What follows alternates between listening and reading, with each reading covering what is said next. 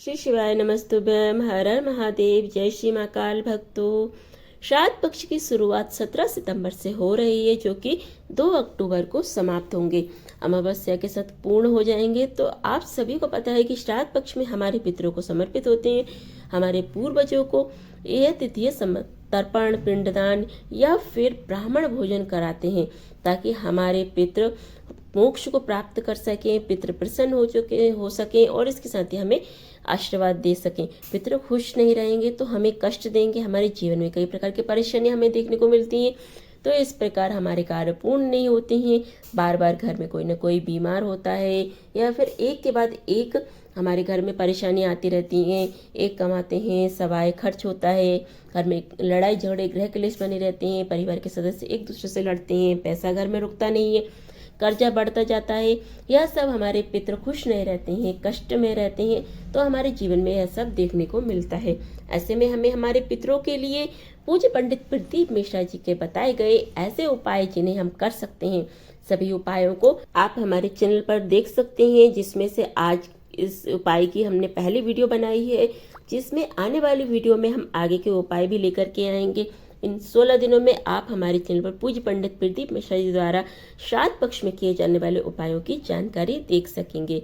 तो सबसे पहले आज की वीडियो में हम देख लेते हैं 5 उपायों की जानकारी लेकर के आए हैं आप सभी के लिए, जिसमें आपको 5 उपायों की जानकारी दी जा रही है जो कि श्राद्ध पक्ष में आपको करने हैं।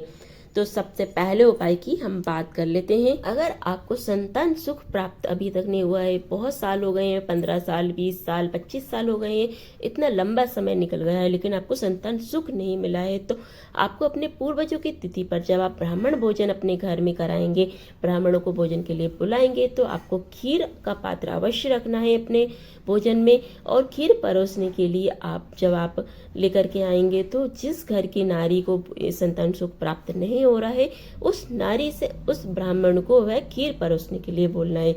आपको क्या करना है, उस ब्राह्मण को भोजन के लिए बुलाना है। तो भोजन पे बुलाने से के बाद जब नारी रहेगी, जो घर की नारी रहेगी, वह खीर को पात्र में डाल करके उस ब्राह्मण को परोसेगी, तो उसे ब्राह्मण आशीर्वाद देंगे। तो इससे उन्हें संतान सुख अवश्य मिलेगा, पूर्वजों का आशीर्वाद प्राप्त होता है और संतान का सुख मिलता ही है। यह विशेष उपाय है। इस श्राद्ध पक्ष में आप किसी भी दिन इस उपाय को जरूर कीजिए।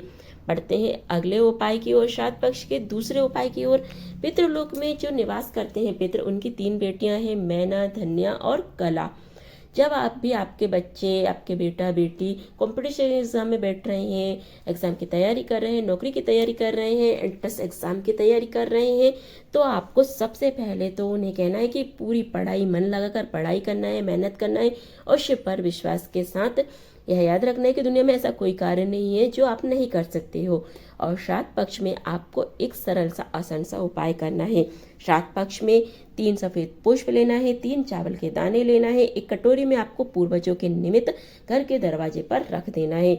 और जिनका भी जो भी एग्जाम देने जा रहे हैं, उनका नाम और गोत्र बोलना है, तो इस बात का ध्यान रखना है। और साथ में तीनों बेटी, जो मैना, धन्या और कला पितरों की बेटियां हैं, उनका नाम स्मरण करना है, अपना नाम और गोत्र बोल करके। अगर वह स्वयं कर रहे हैं तो स्वयं नाम और गोत्र बोलेंगे, अगर कोई घर का सदस्य कर रहा है तो वह उनका नाम और गोत्र बोलना है। और चावल के दाने और पुष्प को आपको नंदी जी को स्पर्श कराते हुए माता अशोक सुंदरी के स्थान पर समर्पित कर देना है।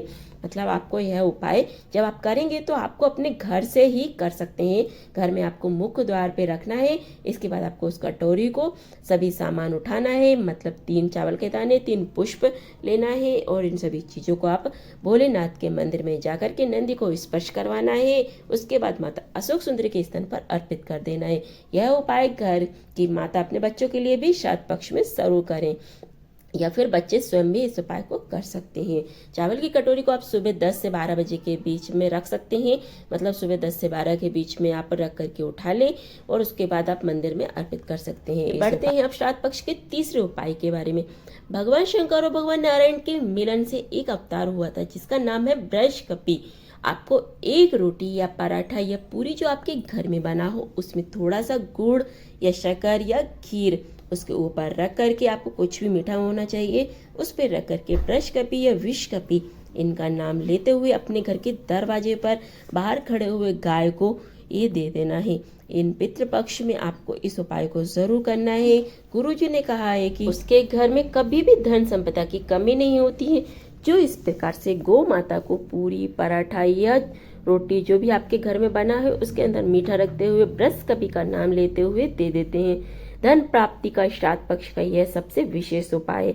और इसके साथ ही श्राद्ध पक्ष की जो दूज, चतुर्थी, अष्टमी, दशमी, एकादशी, प्रदोष, शिवरात्रि, यह ऐसी तिथियां हैं जिन तिथियों में अगर आप भूलवश भी गौ माता को एक चिल्लू पानी पिला देते हैं तो हमारे पूर्वज को तर्पण और अंजनी की आवश्यकता नहीं होती है, वह तर जाते हैं। इसलिए श्राद्ध पक्ष में आपको अपने घर में अगर कोई अनजान व्यक्ति भी आता है तो उस व्यक्ति को पानी अवश्य पिलाना चाहिए। और गौ माता आती है तो आप गौ माता को भी पानी अवश्य पिलाएं। ऐसा आपको हमेशा प्रयास करना। और बढ़ते हैं अगले चौथे उपाय की ओर। चौथे उपाय में गुरुजी ने कहा है कि पितृपक्ष में 16 श्राद्ध हैं। जिस घर के अंदर धूप छोड़ने के बाद हाथ की अंजनी में जल लेकर छोड़ा जाता है, गाय को रोटी खिला दी जाती है, और अगर जल नहीं दिया जाता है, कौवे को रोटी खिला दी जाती है, जल नहीं दिया जाता है, ब्राह्मण को भोजन कराने के बाद जल नहीं पूछा जाता है, तो महाशनि का दोष लगता है। ऐसा जिस घर में भी होता है तो 71 पीढ़ियों के पितरों का भोजन महाशनि अपने पास रख लेता था। इसलिए किसी को भी भोजन देने के बाद आपको जल अवश्य प्रदान करना चाहिए। घर में 1 रुपये कमाए, 1.25 रुपये खर्च हो रहा है, घर में धन की दिक्कत आ रही है, घर में आपस में लड़ाई झगड़े हो रहे हैं, गृह क्लेश हो रहे हैं, बच्चे बीमार पड़ रहे हैं, एक के बाद एक घर में बीमारियां आ रही हैं, तो यह महाशनि के प्रभाव के कारण होता है।